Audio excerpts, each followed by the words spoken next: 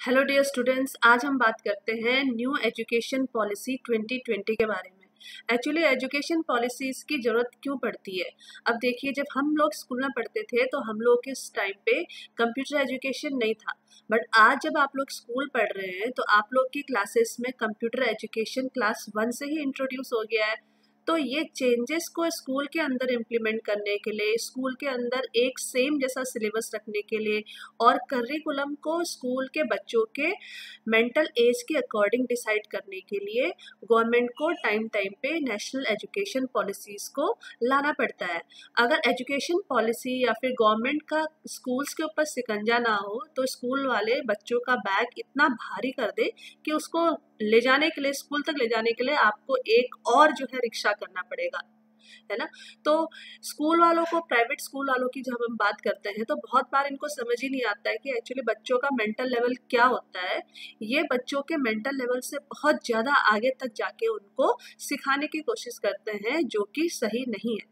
इसीलिए national education policy लाई जाती है टाइम टू टाइम कि वर्ल्ड और ग्लोबली जितने भी चेंजेस हो रहे हैं उन चेंजेस को हम अपने करिकुलम में इंक्लूड कर सके और एजुकेशन की क्वालिटी को बेटर बना सके। Hello dear students, welcome to wow education. आज हम एक बहुत ही हैपनिंग टॉपिक के बारे में बात करने वाले हैं। इसका नाम है नेशनल एजुकेशन पॉलिसी 2020। इसको शॉर्ट में आप जो है NEP 2020 भी बोल सकते हैं। पॉलिसी गवर्नमेंट के बहुत सारे डिपार्टमेंट्स होते हैं, उन्हीं में से एक डिपार्टमेंट है ministry of human resource and development. इस मिनिस्ट्री के द्वारा इसको जारी किया गया है। तो जो human resource and development ministry होती है उसको NEP 2020 के अकॉर्डिंग इसका नाम चेंज करके इसको रिनेम कर दिया गया है। इसको अब मिनिस्ट्री ऑफ एजुकेशन बोला जाएगा। और आप देख सकते हैं कंप्यूटर स्क्रीन पे अपने कि किस किस डिपार्टमेंट को एक्चुअली ये डिपार्टमेंट जो मिनिस्ट्री ऑफ एजुकेशन है वो हैंडल करता है। फर्स्ट है आपका department of school education and literacy. अब इसमें क्या होता है, इसमें जो मिनिस्ट्री ऑफ एजुकेशन होती है क्लास 1 से लेके 12 तक के जो क्लासेस होती है उनको लुक आफ्टर करती है, उनको कंट्रोल करती है। नेक्स्ट है जो ministry of education look after करती है वो है डिपार्टमेंट ऑफ हायर एजुकेशन। इसमें इंडिया के अंदर यूनिवर्सिटीज़ होती है। यूनिवर्सिटीज़ और स्कूल में डिफरेंस है। देखिए, स्कूल जो होता है आपका क्लास 1 से लेकर 12 तक का जितना भी स्कूलिंग होती है, क्लासेस होती है, उनको हम स्कूल लेवल बोलते हैं।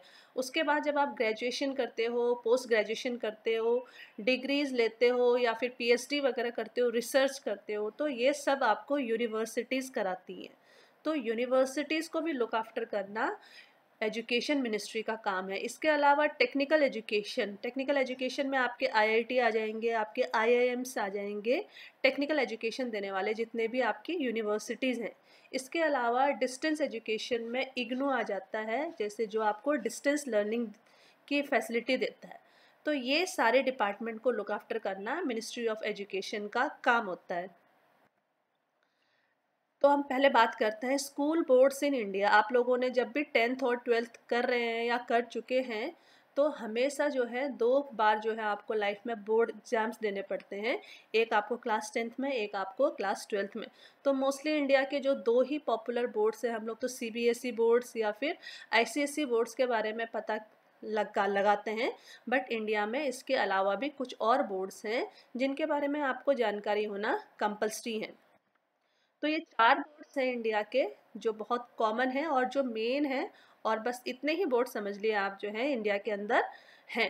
फर्स्ट आपका CBSE बोर्ड है और ये एक, नेक्स्ट आपका जो है ICSE बोर्ड है, थर्ड आपका जो है स्टेट बोर्ड्स होते हैं। स्टेट बोर्ड्स का मतलब होता है इंडिया के अंदर सपोज अभी जो है 28 स्टेट्स हैं तो हमारे पास 28 ही बोर्ड्स होंगे। और नेक्स्ट और लास्ट वाला जो है इंटरनेशनल बैकुलरेट, मतलब इंटरनेशनल बोर्ड जो इंटरनेशनल स्टैंडर्ड की आपको एजुकेशन प्रोवाइड करता है। तो CBSE बोर्ड जो है वो 1968 में फाउंडेड हुआ था और इसकी जो है अभी 141 कंट्रीज़ में इसके द्वारा एफिलेटेड बहुत सारे स्कूल रन होते हैं। ऑलमोस्ट 3000 स्कूल्स हैं और ये गवर्नमेंट ऑफ इंडिया का एक बॉडी है, उसका एक ब्रांच है। नेक्स्ट आपका ICSE बोर्ड है, ये एक प्राइवेट बॉडी है और इसका फाउंडेशन ईयर 1956 है और ये यूनिवर्सिटी ऑफ कैम्ब्रिज के एग्जामिनेशन सिस्टम को फॉलो करता है। और नेक्स्ट जो थर्ड नंबर का जो बोर्ड है आपका, वो आपका स्टेट बोर्ड है। स्टेट बोर्ड में क्या होता है, हर स्टेट का अपना अपना स्टैंडर्ड होता है, तो हर स्टेट अपने तरीके से 10th और 12th की स्कूलिंग और बोर्ड के एग्ज़ाम्स वगैरह कंडक्ट कराता है। और लास्ट आपका जो बोर्ड है वो इंटरनेशनल बोर्ड है। तो इंटरनेशनल बोर्ड में पढ़ने वाले बच्चों का ये सिस्टम रहता है कि वो जैसे हम एक स्टेट से दूसरे स्टेट में ट्रांसफ़र जाते हैं तो हमारी टीसी जो है दूसरे स्कूलों में वैलिड हो जाती है, दूसरे स्टेट के या फिर दूसरे रीजन के स्कूलों में वैलिड हो जाती है। ऐसे ही इंटरनेशनल बोर्ड के बच्चे भी अगर इंडिया से माइग्रेट होकर किसी और नेशन में जाते हैं, किसी और कंट्री में जाते हैं, तो उनको सिलेबस में ज़्यादा डिफरेंस देखने को नहीं मिलता। सिलेबस के साथ वो कोप अप कर लेते हैं क्योंकि उनका सिलेबस ऑलमोस्ट सेम होता है। नेक्स्ट है पॉलिसीज़ के बारे में बात करते हैं। ये नहीं है कि नेशनल एजुकेशन पॉलिसी अभी ही आई है 2020 में, इससे पहले भी नेशनल एजुकेशन पॉलिसीज़ बहुत बार आ चुकी हैं। फर्स्ट थी 1986 में, सेकंड थी 1986 की ही पॉलिसी थी बट उसको थोड़ा सा अमेंड किया था और वो 1992 में हुआ था। इसके बाद राइट टू एजुकेशन आया, वो आया आपका 2009 में। तो 2009 के बाद अब देखिए 2020 में नेशनल एजुकेशन पॉलिसी आई है, ऑलमोस्ट इतने लंबे समय के गैप के बाद। NEP 2020 के एक्चुअली विजन क्या है? NEP बनाने का कुछ ना कुछ तो सरकार का लक्ष्य रहा होगा, क्योंकि आपको पता है टाइम बहुत तेज़ी से बदल रहा है। तो सबसे ज़्यादा हम लोग को जो हमारे गवर्नमेंट को जो इन्वेस्ट करने की ज़रूरत है वो है एजुकेशन के ऊपर, एजुकेशन और हेल्थ के ऊपर। क्योंकि जिस कंट्री का फ्यूचर ही पढ़ा लिखा नहीं होगा, लिटरेट नहीं होगा, तो उस कंट्री की जो मैन पावर है, मैन पावर का मतलब होता है जो हम इतनी बड़ी पॉपुलेशन को आगे ले जा रहे हैं, अगर वो इलिटरेट पॉपुलेशन को आगे ले जा रहे हैं तो वो हमारी कंट्री के ऊपर बोझ होंगे। अगर हम उनको वेल क्वालिफाइड ले जाएंगे तो वो हमारी कंट्री का ट्रांसफॉर्मेशन कर सकते हैं, वो हमारी कंट्री को एक नई डायरेक्शन दे सकते हैं, इसको डेवलपिंग कंट्री से डेवलप कंट्री बनाने में अपना सहयोग दे सकते हैं। तो यही सारे विजन्स जो है NEP 2020 ने भी अपने लिए बना के रखे हुए हैं। तो फर्स्ट विजन की बात करते हैं। इसके अकॉर्डिंग क्या है, education systems rooted in Indian ethos and contributes directly to transforming India a global knowledge superpower। अभी देखिए वर्ल्ड के अंदर कुछ कंट्रीज हैं जो सुपर पावर मानी जाती है, जैसे चाइना हो गया, रशिया हो गया, जर्मनी हो गया, फ्रांस हो गया। तो इंडिया और चाइना ऐसी रो में है जहाँ पर ये सुपर पावर बनने की रेस में है। बट बहुत सालों से हम ये टर्म सुनते आ रहे हैं कि इंडिया डेवलप होगा, डेवलप होगा। 10, 20, 30, 40 साल, कितने साल हो गए, और अभी आने वाले टाइम में अभी पता नहीं कितने और साल लगने वाले हैं हमको सुपर पावर बनने के लिए। बट वो सुपर पावर बनने से पहले ऐसा क्यों ना हो जाए कि मतलब जो है हमारे जो कंट्री के स्टूडेंट्स हैं, हमारे कंट्री के जो फ्यूचर हैं, वो ही इतने टेक्निकल एडवांस हो जाए, इतने ज़्यादा नॉलेजेबल हो जाए कि एजुकेशन के मतलब फील्ड में तो कम से कम हम लोग सुपर पावर बन ही सकते हैं। और ऐसा नहीं है कि इंडिया के एजुकेशन की कहीं पर वैलिडिटी नहीं है। आपको पता है जो सिलिकॉन वैली है अमेरिका में, उसके जो मोस्टली 75% जो एम्प्लॉय हैं वो इंडिया के ही जो है पढ़े लिखे जो हमारे स्टूडेंट्स हैं वो ही तो जाते हैं। तो बट वो ब्रेन ड्रेन है हमारी कंट्री से, जो अच्छा अच्छा जो मतलब टैलेंटेड जो सिस्टम होता है, टैलेंटेड जो एक बच्चों का जो ग्रुप होता है, वो बाहर की कंपनियां इनको ज़्यादा पैसों के लालच में हायर कर लेती हैं। तो ऐसा क्यों ना हो कि वही जो है अच्छा पैसा हमारी अपनी लोकल कंपनियां उनको प्रोवाइड करें, और वो सब टेक्निकल एडवांसमेंट जो दूसरी कंट्री के बिहाफ पे कर रहे हैं, वो सारे टेक्निकल एडवांसमेंट वो हमारी कंट्री के लिए करें। अभी आप लोगों ने देखा जो है टिकटॉक जो है गवर्नमेंट ने उसको बैन कर दिया, तो उसके बाद इंडिया के अंदर कोई ऐसा टिकटॉक को रिप्लेस करने वाला कोई ऐसा ऐप कोई कंट्री बना, हमारे कंट्री की इतनी सारी जो है टेक्निकल कंपनीज़ हैं वो बना ही नहीं सकी जो उसको रिप्लेस कर सके। फेसबुक हम चलाते हैं वो अमेरिका का चलाते हैं, ट्विटर हम चलाते हैं वो दूसरी कंट्री का चलाते हैं, हम इंस्टाग्राम चलाते हैं वो भी दूसरी कंट्री चला रही है। बट पता है आपको जो गूगल का CEO है वो भी एक इंडियन है, माइक्रोसॉफ्ट के बहुत सारे जो एम्प्लॉयज़ हैं वो भी इंडियन हैं। वो इंडियन लोग काम तो कर रहे हैं बट क्या कर रहे हैं, वो दूसरी कंपनियों के लिए और दूसरी कंट्रीज़ के लिए काम कर रहे हैं। तो ऐसा क्यों हो, ब्रेन का ड्रेन क्यों हो? हमारे जो इतने ब्रेनी जो बच्चे हैं वो हमारी ही कंट्री में रह के हमारी ही कंट्री की कंपनीज के बिहाफ पे क्यों नहीं काम करते हैं? तो यही हमारी NEP 2020 का भी विजन है कि हमारी कंट्री को एटलीस्ट नॉलेज का सुपर पावर बनाया जाए। नेक्स्ट जो विजन है NEP 2020 का, वो है to develop a sense of respect towards the fundamental duties and constitutional values, bonding with one's country and a conscious awareness of one's roles and responsibilities in a changing world। अब देखिए, जब constitution of India लिखा गया था तो उसमें fundamental rights के अलावा फंडामेंटल ड्यूटीज़ भी है, but many of us we don't know about the fundamental duties, क्योंकि हम लोग को अपने राइट्स ही पता होते हैं। हम लोग जब ड्यूटी करने की बात आती है तो हम ड्यूटीज़ को कभी परफॉर्म नहीं करते हैं। जब कभी हमारे राइट्स के साथ कोई खिलवाड़ होता है, गवर्नमेंट उनको कट शॉर्ट कर देती है, उनको बैन कर देती है, तो हम सड़कों पे आ जाते हैं और अपने राइट्स को मांगने के लिए हम सुप्रीम कोर्ट तक पहुंच जाते हैं। पर आपको पता है, कॉन्स्टिट्यूशन ने हम लोगों को, सिटीजन्स को भी कुछ ऐसे चार्टर बना के दिया हुआ है कि हर सिटीजन का अपने देश के लिए कुछ ड्यूटीज़ होती हैं। पर वो ड्यूटीज़ क्या हम निभाते हैं? नहीं। वो इसलिए क्योंकि हमारी एजुकेशन पॉलिसी ने कभी हमको उन सब चीज़ों के बारे में बताया ही नहीं, या फिर वो करने के लिए हम लोग को उकसाया ही नहीं। ज़रूरी नहीं होता है कि उकसाना हमेशा गलत चीज़ों के लिए होता है, कभी कभी अच्छी चीज़ों के लिए भी उकसाओ आप हम। तो कहने का मतलब ये है कि फंडामेंटल ड्यूटीज़ को भी हर कंट्री के सिटीजन को फॉलो करने की ज़रूरत है। जब कभी कंट्री के बारे में कुछ करने की ज़रूरत महसूस होती है तो लोग का ये रिस्पॉन्स ना हो, मैं क्यों करूँ, गवर्नमेंट है करने के लिए, ऐसा रिस्पॉन्स नहीं, बल्कि ऐसा रिस्पॉन्स हो, मेरी कंट्री है और इस कंट्री के लिए करने का सबसे पहले जिम्मेदारी मेरी होती है।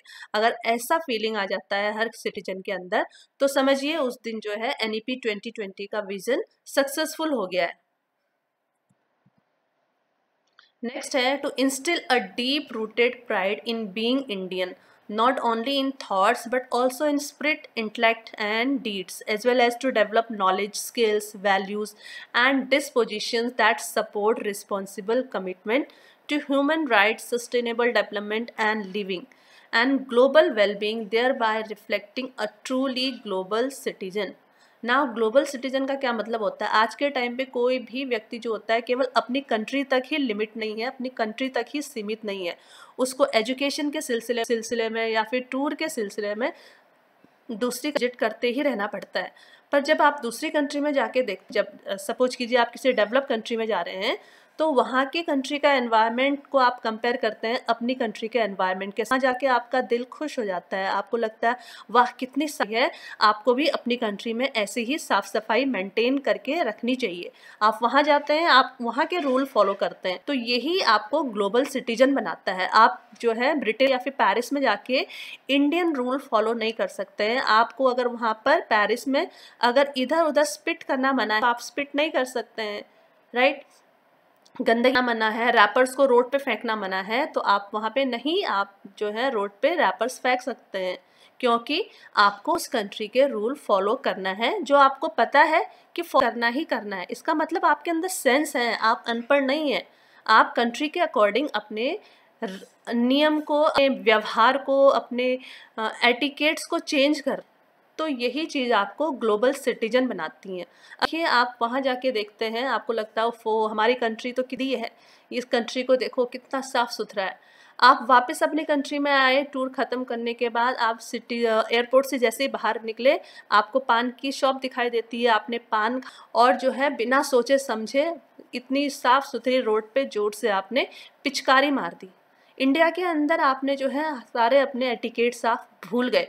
ऑल्दो हमारे यहाँ कोई रूल नहीं है, कोई फ़ाइन भी नहीं लग रहा है आपके ऊपर, बट आपके अंदर अपना एक सेंस होता है, जो आपके अंदर की जो एक आवाज़ होती है वो आपको रोकती नहीं है कि जो गलत चीज़ कर रहे हैं वो पेरिस में भी गलत है तो इंडिया में भी गलत है। पेरिस की क्लिनलीनेस को तो आप जो है अप्रिशिएट कर रहे हैं, बट इंडिया के अंदर क्लिनलीनेस जो मेंटेन करने के लिए आप थोड़ा सा भी एफर्ट नहीं कर रहे हैं। तो ये किसकी कमी है? केवल जो है अनपढ़ लोग ही ये करते हैं। पढ़े लिखे लोग भी जो इतनी महंगी महंगी कारों में घूमते हैं, वो भी खाने के बाद चिप्स के या फिर बाकी जो है स्नैक्स के रैपर्स अपने कार की खिड़की से बाहर रोड पे फेंक देते हैं। रोड कोई डस्टबिन है क्या? तो यही सब सिखाना NEP 2020 का विज़न होगा। आपको अपनी कंट्री को मेंटेन रखने में, आपको अपनी कंट्री को एक अच्छा सुंदर देश बनाने में हर किसी की भागीदारी, हर किसी की जिम्मेदारी हो, ये बनाना आपका NEP 2020 का विज़न है। NEP 2020 के बहुत सारे पार्ट्स हैं, तो इसके फर्स्ट पार्ट के बारे में बात करते हैं जो है पार्ट 1, और जिसमें स्कूल एजुकेशन को कवर किया गया है। अगर हम स्कूल एजुकेशन की बात करते हैं तो वो होगा आपका क्लास 1 से लेके 12 तक का। तो सबसे पहले जो हम अपना प्रीवियस एकेडमिक स्ट्रक्चर देख लीजिए आप लोग, राइट हैंड साइड पे जो बार है, सॉरी जो लेफ्ट हैंड साइड पे बार है वो हमारा प्रीवियस एकेडमिक स्ट्रक्चर है, और जो राइट हैंड साइड पे बार है वो हमारा प्रपोज्ड यानी जो अब न्यू एकेडमिक स्ट्रक्चर होगा वो ऐसे आएगा। पुराने वाले एकेडमिक स्ट्रक्चर को हम बोलते थे 10+2, मतलब 10 तक की एजुकेशन, उसके बाद 2 क्लासेस और 11th और 12th सीनियर सेकेंडरी। तो क्लासेस 1 और 10 को जो है हम लोग 6 साल से लेके 16 साल के बीच में इसको कवर करते थे। 6 साल का बच्चा क्लास 1 में एडमिशन लेता है और जब वो 10th क्लास पास करता है तो वो 16 साल का होता है। ऐसे ही क्लास 11th और 12th में बच्चा 17 और 18 साल का होता है, और जब वो 18 साल का होता है तब तक जो है वो क्लास 12 कंप्लीट कर चुका होता है। तो ये देखिए 6 से लेके 18 साल तक की जो एज ग्रुप है वो हमारी स्कूल की एजुकेशन लेने में ही गुजर जाती है।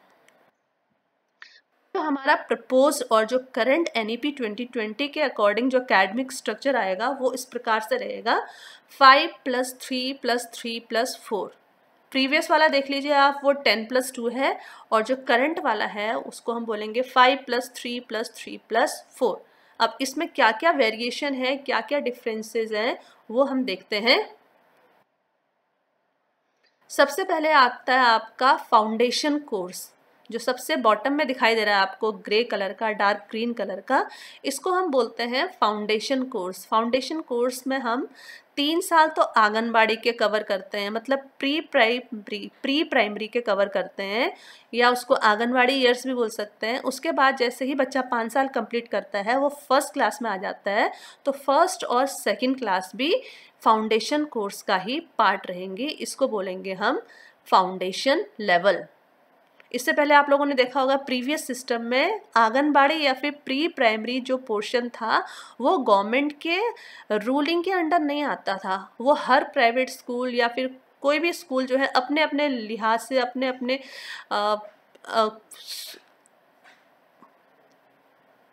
अपने मतलब जो है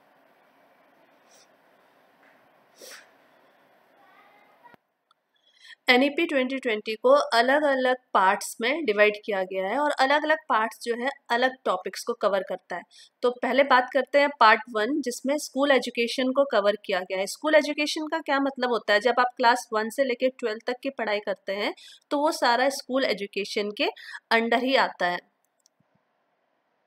तो जो आप लेफ्ट साइड पे बार देख रहे हैं वो हमारा प्रीवियस एकेडमिक स्ट्रक्चर है, और जो हमारा राइट साइड पे बार है वो हमारा करंट जो प्रपोज्ड NEP 2020 के द्वारा है वो हमारा एकेडमिक स्ट्रक्चर है।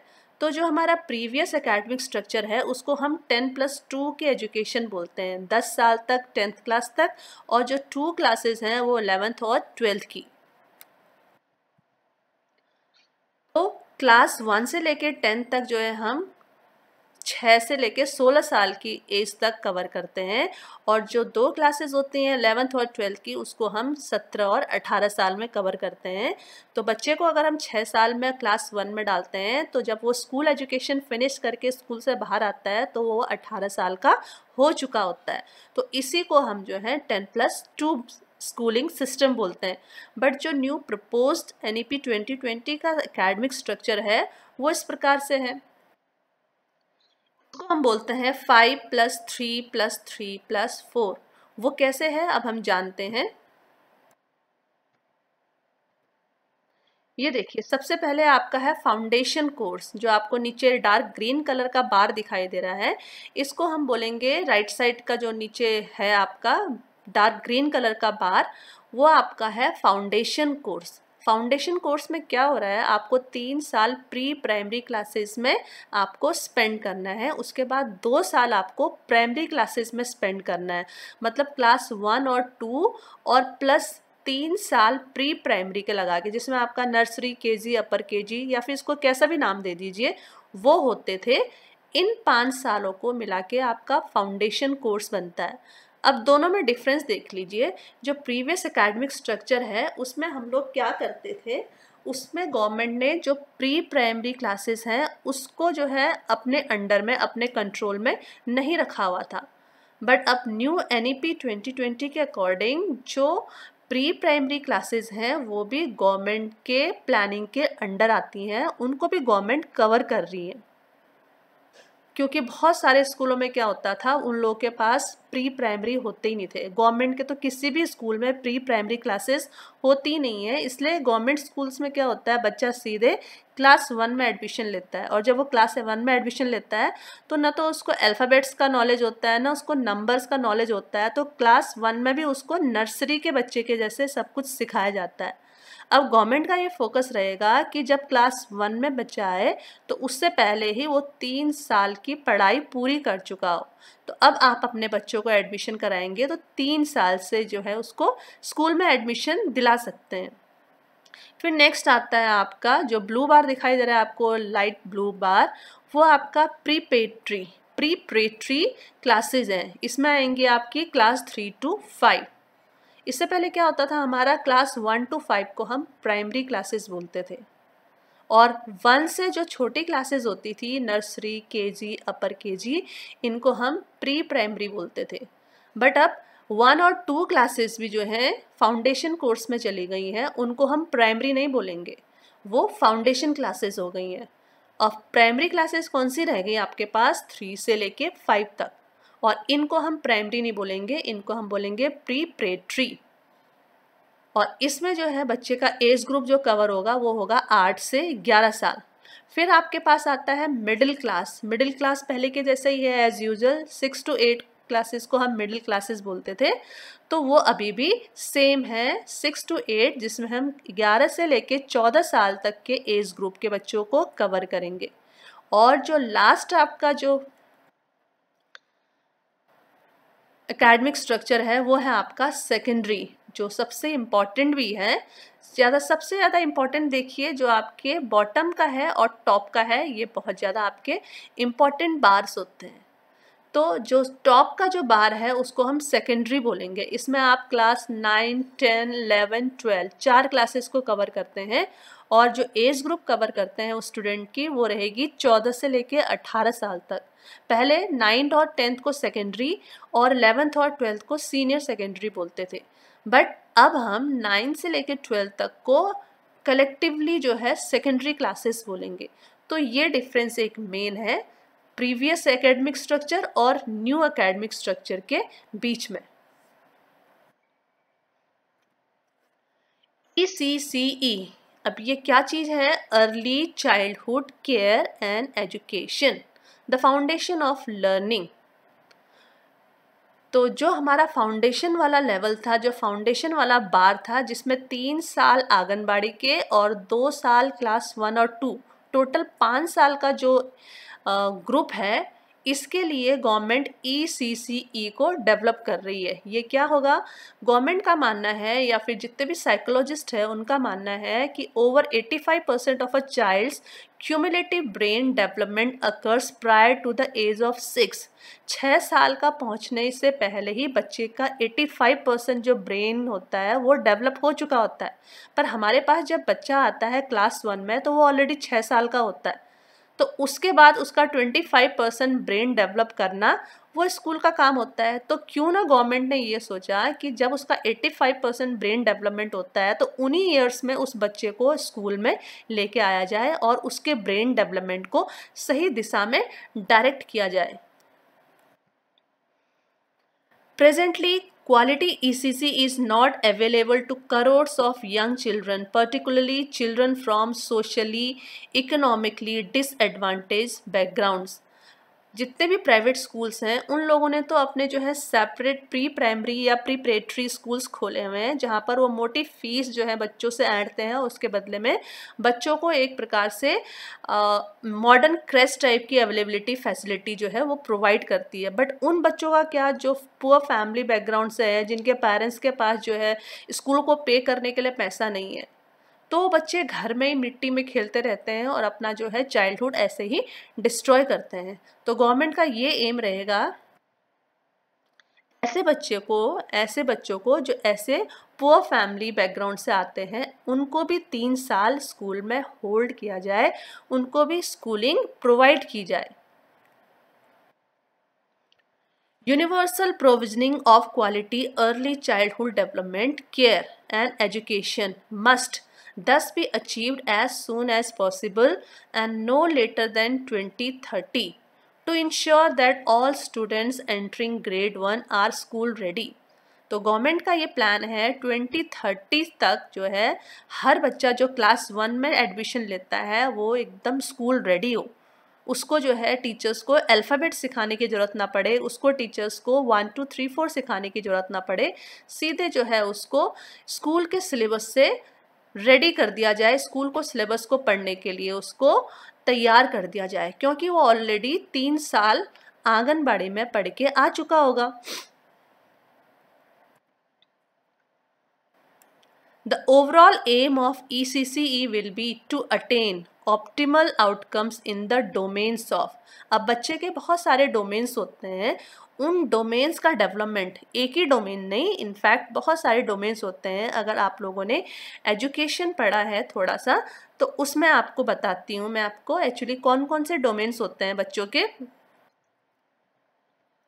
सबसे पहला होता है आपका शारीरिक और भौतिक विकास, फिजिकल एंड मोटर डेवलपमेंट।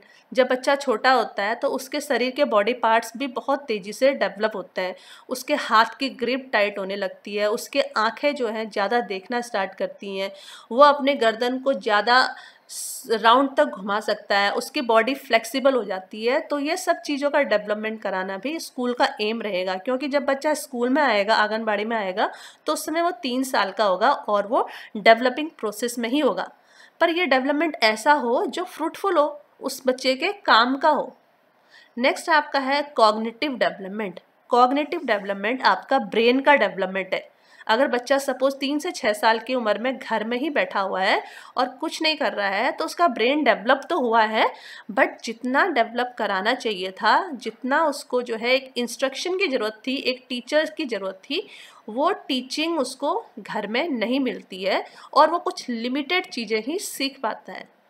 तो ब्रेन को डेवलप कराना ये कॉग्निटिव डेवलपमेंट यानी संज्ञानात्मक विकास कहलाया जाता है। नेक्स्ट है आपका कल्चरल आर्टिस्टिक डेवलपमेंट। हर बच्चा कोई ना कोई टैलेंट लेके पैदा होता है, हर बच्चा यूनिक होता है। तो किसी में तो कल्चरल और आर्टिस्टिक डेवलपमेंट में बच्चों का इस प्रकार से विकास किया जाएगा ताकि उसको अपनी कम्युनिटी के जितने भी ट्रेडिशन हैं उनके बारे में हल्की सी जानकारी हो पाए। नेक्स्ट होता है बच्चे का सोशल, इमोशनल और एथिकल डेवलपमेंट। बच्चा घर में रहता है तो केवल 3-4 लोगों से ही इंटरेक्ट कर पाता है, पर जब बच्चा स्कूल में आता है तो अपने पीयर के साथ बहुत सारी लर्निंग कराता है। तो स्कूल वालों का ये काम रहता है कि वो उनको बच्चों को बहुत सारी ऐसी एक्टिविटी देते हैं जिसमें बच्चा ग्रुप में काम करता है। तो अपने साथियों के साथ शेयर करना, अपने साथियों का, अपने फ्रेंड्स को लुक आफ्टर करना, अपने फ्रेंड्स के लिए जो है एम्पैथी रखना, उनके लिए कोऑपरेशन रखना, उनके लिए फ्रेंडशिप वाला बिहेवियर रखना, ये सब बच्चे में कैसे डेवलप होगा जब तक आप उसको स्कूल नहीं लाएंगे। तो इसीलिए फाउंडेशन लेवल कोर्स का ये सबसे मेन फोकस रहेगा कि बच्चे के अंदर इन सारे फिर डेवलपमेंट्स को इंश्योर किया जाए। और लास्ट है प्रारंभिक भाषा साक्षरता और संख्यात्मक ज्ञान। बच्चे का जो है लैंग्वेज का डेवलपमेंट किया जाए। बच्चा घर में रहता है तो कुछ कम वर्ड बोल पाता है, बट जब बच्चा बड़ी कम्युनिटी में जाता है तो उसको जो है बहुत सारे वर्ड्स से एक्सपोज होता है, उसको बहुत सारे नए वर्ड्स सीखने को मिलते हैं। तो इस एम से भी जो है बच्चे का लैंग्वेज का डेवलपमेंट हो रहा है। दूसरा, उसको जो है लिटरेसी मिल रही है, जो है स्कूल आने के कारण कुछ ना कुछ वो है लिखना, बोलना, पढ़ना सीख ही रहा है, और उसको न्यूमेरिकल एबिलिटी भी उसकी डेवलप करना, ये फाउंडेशन लेवल कोर्स का मेन एम रहेगा। National curricular and pedagogical framework for early childhood care and education, जिसको NCPFECCE भी बोला जाता है। इसमें क्या होगा, 0 से 3 साल के बच्चों के लिए फ्रेमवर्क बनाया जाएगा कि वो क्या चीज़ सीखते हैं, और 3 से 8 साल के बच्चों के लिए जो स्कूल आते हैं, जो स्कूल में इनरोल हो गए हैं, उनके लिए भी फ्रेमवर्क बनाया जाएगा कि उनके मेंटल एबिलिटी के अकॉर्डिंग उनको कितना टीचिंग कराने की ज़रूरत है, उनको कितना सिखाने की ज़रूरत है। इन सब चीज़ों के लिए ऐसा नहीं कि बच्चों को इतना बड़ा बैग लाना पड़ेगा तब स्कूल में जाके उसको बहुत सारे वर्कबुक और वर्कशीट्स को भरना पड़ेगा, ऐसा बिल्कुल नहीं है। बच्चों के माइंड और उनकी एज के अकॉर्डिंग उनकी जो एक्टिविटीज़ रहेंगी, उनकी जो लर्निंग रहेगी, वो इस प्रकार की रहेंगी जिनमें उनको ज़्यादा से ज़्यादा प्ले एंड लर्न मेथड उनके ऊपर यूज़ किया जाएगा। सपोज उनको आर्ट वाले बहुत सारे एक्टिविटीज़ दी जाएंगी, जिससे क्या होता है, बच्चों के पेन या पेंसिल पकड़ने के लिए ग्रिप बन जाती है, क्योंकि 4-5 साल का जो बच्चा होता है वो अच्छे से अपना पेन और पेंसिल तक नहीं पकड़ पाता, पर जब उसको कलर कराओ तो ब्रश बहुत अच्छे से पकड़ लेता है और कुछ भी कलर करता है। तो ये सब करते करते धीरे धीरे उसको लाइन फॉर्मेशन के अंदर कलर करना आ जाता है। तो उसको आर्ट के थ्रू, उसको स्टोरी सुना के उसकी लिसनिंग एबिलिटी को, बच्चों को सुनना भी बहुत ज़रूरी होता है, क्योंकि बच्चे एक जगह बैठ के सुनते नहीं हैं, तो उनकी लिसनिंग एबिलिटी को भी डेवलप करना, इसके अलावा उनको पोइट्री सुनाना और उनसे पोइट्री सुनना, उनको वेरियस जो है एजुकेशनल गेम्स करवाना, और सॉन्ग्स के जरिए उनकी वेरियस जो है दिनचर्या को बिजी रखा जाएगा। ECCE shall be delivered through a significantly expanded and strengthened system of early childhood education institutions like। अब ये जो फाउंडेशन लेवल का कोर्स है, ये बच्चों को कैसे दिया जाएगा, कौन से स्कूल्स के थ्रू दिया जाएगा, इसके लिए भी गवर्नमेंट ने वेल प्लान कर रखा है। सबसे पहले है, गवर्नमेंट स्टैंड अलोन आंगनवाड़ीज़ बनाएगी। अभी भी हमारी कंट्रीज़ में जो है, अभी भी हमारी कंट्री में आंगनवाड़ीज़ बहुत सारी चल रही हैं, पर वो सिस्टमेटिक नहीं है।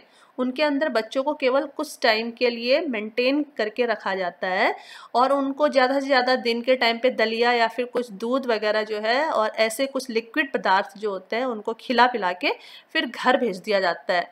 उनको कोई, उनके अंदर डेवलपमेंट जो होता है, कॉग्निटिव डेवलपमेंट नहीं होता है, उनके लिए खेलने के लिए प्रॉपर जो है उनके पास फैसिलिटीज़ नहीं है। तो इन सब चीज़ों को पहले प्रॉपरली स्टैब्लिश किया जाएगा, और उसके बाद जो है स्टैंड अलोन आंगनवाड़ीज़ का मतलब ये होता है कि कुछ ऐसी आंगनवाड़ियाँ खोली जाएंगी जो स्कूलों से अलग है, जो किसी स्कूल का सिस्टम नहीं है। जैसे आप लोगों ने देखा होगा, बहुत सारे प्री प्राइमरी स्कूल्स होते हैं जो केवल नर्सरी, केजी और अपर केजी की एजुकेशन इम्पार्ट करते हैं। वो कोई 1, 2, 3, 4 जो ऑनवर्ड क्लासेस होती है उनकी एजुकेशन नहीं देते हैं, वो इंडिपेंडेंट होते हैं। तो ऐसे ही इंडिपेंडेंट आंगनवाड़ीज़ को भी ओपन किया जाएगा, जिसमें केवल फाउंडेशन लेवल का सिलेबस पढ़ाया जाए। बी है आपका आंगनवाड़ी। ऐसे आंगनवाड़ी बनाए जाएंगे जो आपके प्राइमरी क्लासेस के साथ अटैच हो। अब प्राइमरी क्लासेस कौन सी होगी, आपकी 3 to 5 की जो क्लासेस है वो प्राइमरी क्लासेस है, उनको हम प्रीपरेटरी क्लासेस बोलेंगे। अब तो उनके साथ अटैच करके आंगनवाड़ी क्लासेस को खोला जाएगा। तीसरा है आपके पास प्री प्राइमरी स्कूल्स खोले जाएंगे, जहाँ पर 5 से 6 ईयर्स को located with existing primary school. जो अभी कंट्री में प्राइमरी स्कूल हैं, गवर्नमेंट के जो प्राइमरी स्कूल्स हैं, उनके साथ ही प्री प्राइमरी स्कूल्स खोले जाएंगे, जिसमें नर्सरी से लेके क्लास 2 तक की पढ़ाई बच्चे कर पाएंगे। और डी नंबर है स्टैंड अलोन प्री स्कूल। ऐसे प्री स्कूल खोले जाएंगे जो बिल्कुल इंडिपेंडेंट हो। नेक्स्ट है, for universal access to ECCE, anganwadi centres will be strengthened with high quality infrastructures। हमारी कंट्री के अगर आंगनवाड़ी या प्राइमरी स्कूल्स की अगर आप कंडीशन देखते हैं, जो गवर्नमेंट स्कूल्स हैं, तो कितनी जगह पे तो एक ही टीचर है बेचारा जो सारी क्लासेस को अकेले पढ़ा रहा है। क्लास 1 भी वही ले रहा है, 2, 3, 4, 5, और एक ही कमरे में सारी क्लासेस के बच्चे बैठते हैं और एक ही टीचर सारी क्लासेस को सारे सब्जेक्ट पढ़ा रहा होता है। ये कंडीशन है। और कहीं कहीं पर स्कूल की बिल्डिंग ऐसी है, छत है तो आंगन नहीं है, आंगन है तो छत नहीं है, और आंगन और छत दोनों हैं तो वॉल्स नहीं है, और अगर सब चीज़ें हैं तो अंदर बैठने के लिए बच्चे नहीं हैं। तो ऐसी कंडीशन है हमारे इस कंट्री में स्कूल्स की। तो ये सब ECCE को लाने के लिए सबसे पहले बहुत जो है युद्ध स्तर की जिसको बोलते हैं तैयारी वो करनी पड़ेगी। बहुत सारा इसमें रिसोर्स चाहिए, बहुत सारा पैसा चाहिए, और स्टेट्स का इसमें बहुत ज़्यादा जोश चाहिए, सहयोग चाहिए। उसके बिना ये काम हो ही नहीं सकता। केवल जो है प्लानिंग कर देने से कोई भी चीज़ इम्प्लीमेंट नहीं होती है। इम्प्लीमेंट करने के लिए सबसे पहले उसके ऊपर विल पावर चाहिए, गवर्नमेंट की, स्टेट गवर्नमेंट्स की, लोगों की, सोसाइटी की, पेरेंट्स की। तो ECCE बनाने के लिए ऐसी चीज़ चाहिए, जैसे प्ले इक्विपमेंट्स बहुत सारे क्वांटिटी में चाहिए। अब ये प्ले इक्विपमेंट्स इतने महंगे महंगे होते हैं, जो प्राइवेट स्कूल होते हैं वो तो इनको अफोर्ड कर लेते हैं, क्योंकि थोड़े से भी डैमेज होते हैं तो पेरेंट्स से पैसा ले लेते हैं और उसको रिप्लेस कर देते हैं। पर गवर्नमेंट स्कूल में अगर कोई प्ले इक्विपमेंट 1 साल में टूट जाता है तो वो 10 साल तक, जब तक उसके लिए फाइल नहीं बनती है, उसके लिए प्रॉपर SOP नहीं बनता है, जब तक वो पास नहीं होता है, तब तक वो जो है प्ले इक्विपमेंट आएगा ही नहीं। तो इसका मतलब 10 साल के गैप तक जो भी बच्चा उस स्कूल में एडमिशन लेगा वो इन इक्विपमेंट से खेल ही नहीं सकता। तो इसीलिए प्रॉपर मात्रा में इन सारे आंगनवाड़ीज़ में ऐसे सॉफ्ट और जो बच्चों को नुकसान ना पहुंचाए ऐसे प्ले इक्विपमेंट्स को इंस्टॉल करने की, बाय करने की ज़रूरत है। नेक्स्ट है आपका जो आंगनवाड़ी के टीचर्स होते हैं, अभी के टाइम में वो कोई ट्रेन टीचर्स नहीं होते हैं, क्योंकि उनको बच्चों को पढ़ाना उनका एम नहीं है। उनको केवल बच्चों को कुछ घंटे के लिए अपने आंगनवाड़ी में मेंटेन करके रखना होता है, उनको रोक के रखना होता है। बट अब जो प्रपोज वो है एजुकेशन सिस्टम है, उसके अकॉर्डिंग हर आंगनवाड़ी का जो टीचर होगा वो वेल ट्रेंड होगा। उसको पता होगा कि जो है उसको 3 से लेके 6 ईयर के बच्चे को क्या पढ़ाना है, कौन सी क्लास में और कौन से सब्जेक्ट में क्या पढ़ाना है। नेक्स्ट है जो बिल्डिंग होगी वो वेल वेंटिलेटेड होगी, बिल्कुल गुमसुम, जहाँ पर ना लाइट आए ना एयर आए। ऐसी बिल्डिंग कभी भी स्कूल के लिए अच्छी या फिर आइडियल नहीं मानी जाती।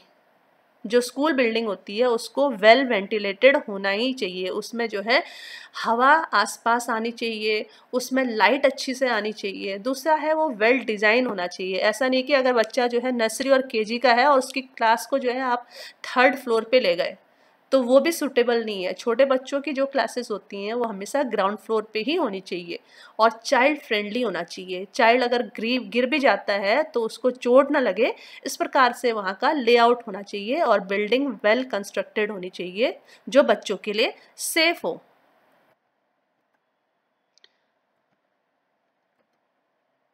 Children in anganwadi centres shall take activity field tours. अब देखिए इतने छोटे छोटे बच्चे हैं, है ना, 2 तक के बच्चे, क्लास 2 तक के बच्चे आंगनवाड़ी में आएंगे। अब उनको कैसा टूर में ले जाएंगे, क्योंकि उनको टूर में ले जाना अपने आप में बहुत बड़ी रिस्पॉन्सिबिलिटी होती है। कोई बच्चा इधर से उधर मिस हो जाता है तो वो एक बहुत बड़ा, कोई बच्चा अगर इधर से उधर मिस हो जाता है तो बहुत बड़ा ब्लंडर हो जाता है। तो इतने छोटे बच्चों का जो फाउंडेशन लेवल के जो बच्चे होते हैं उनके टूर्स कैसे होंगे, उनके टूर्स एक्टिविटी रिलेटेड होंगे। सपोज करो उनको जो है अपनी क्लास के बाहर के जो फ्लावर्स बेड्स हैं, फ्लावर बेड्स को दिखाने के लिए ले जा लें। उनको बता दें कि फ्लावर में फ्लावर कौन सा होता है, लीफ कौन सा होता है, स्टेम कौन सा होता है।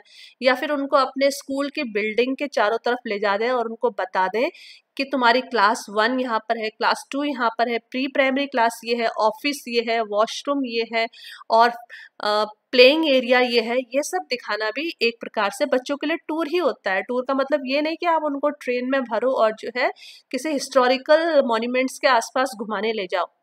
फाउंडेशन लेवल के बच्चों के लिए ये प्रॉपर और एप्रोप्रिएट बिल्कुल भी नहीं है। तो फाउंडेशन लेवल का जो टूर होता है बच्चों का टूर, वो कैसा होगा? Students will meet the teachers and students of their local primary school. जैसा हमने बताया था, जो आंगनबाड़ी स्कूल होंगे वो प्राइमरी स्कूल के साथ अटैच होंगे, और अटैच नहीं होंगे अगर सपोज कीजिए थोड़े से डिस्टेंस में भी होंगे, तो उनका टूर यही रहेगा कि वो अपने आंगनबाड़ी स्कूल से प्राइमरी स्कूल विजिट करने जाएं। अब ये क्यों जाएं विजिट करने? In order to make the transition from anganwadi centre to primary school a smooth one. Suppose करिए वो क्लास 2 में पहुंच गया, उसके बाद जो है उसको दूसरे स्कूल में 3rd क्लास में एडमिशन लेना है। तो ऐसे टाइम पे क्या होता है, बच्चा अपना पुराना स्कूल और पुराने फ्रेंड्स को छोड़ना नहीं चाहता है, तो इसीलिए बच्चे का आंगनवाड़ी और प्राइमरी दोनों के साथ जो है अटैचमेंट रहे, इसीलिए उनको समय समय पर टूर कराने की नेसेसिटी है। सो दैट जब बच्चा जो है 2nd क्लास पास करके 3rd क्लास में जाए तो उसको ये ना लगे कि वो एक नए स्कूल में जा रहा है, उसको ये लगना चाहिए कि ये भी मेरा ही स्कूल है और मेरे सारे फ्रेंड्स भी अब यहीं पे ट्रांसफ़र होने वाले हैं, उनका ट्रांजिशन स्मूथ हो पाए, उनका ट्रांसफ़र होने में कोई दिक्कत ना हो, बच्चे रोए धोए नहीं।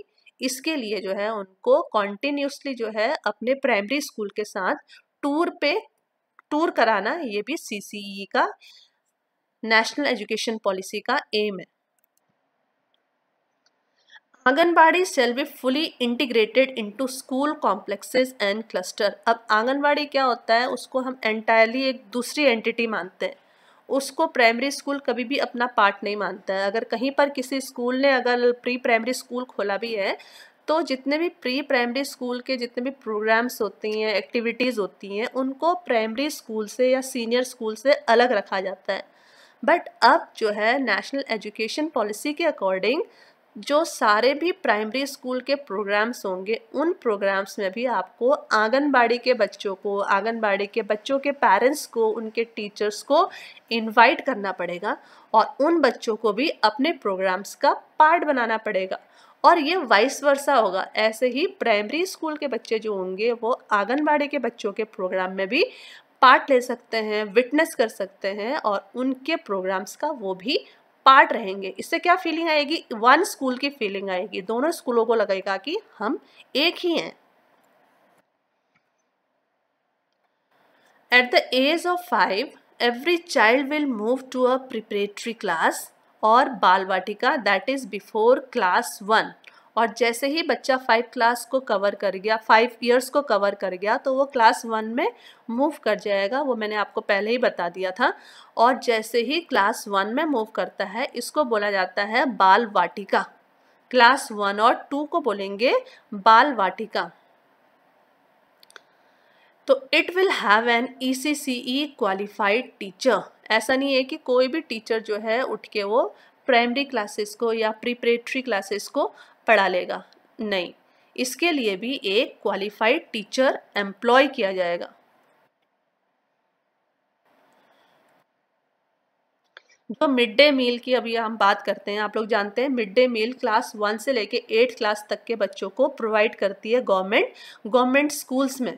अब मिड डे मील स्कीम को एक्सटेंड करके उसको जो है फाउंडेशन लेवल के बच्चों को भी प्रोवाइड किया जाएगा। 3 साल है ना हमारे पास फाउंडेशन कोर्सेज के लिए, नर्सरी, KG और अपर KG या कोई भी नाम दे दीजिए इसको। तो इन 3 सालों में भी मिड डे मील को प्रोवाइड किया जाएगा और बच्चों को फ्री में बढ़िया न्यूट्रिशियस और हेल्दी फूड प्रोवाइड किया जाएगा।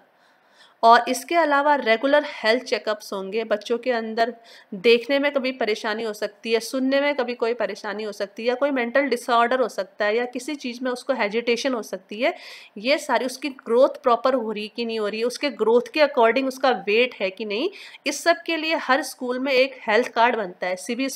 CBSE बोर्ड तो जो है अपने से एफिलेटेड हर स्कूल को बोलता है कि वो हेल्थ कार्ड बना के रखें, और बहुत सारे स्कूल जो होते हैं इसको फॉलो भी करते हैं।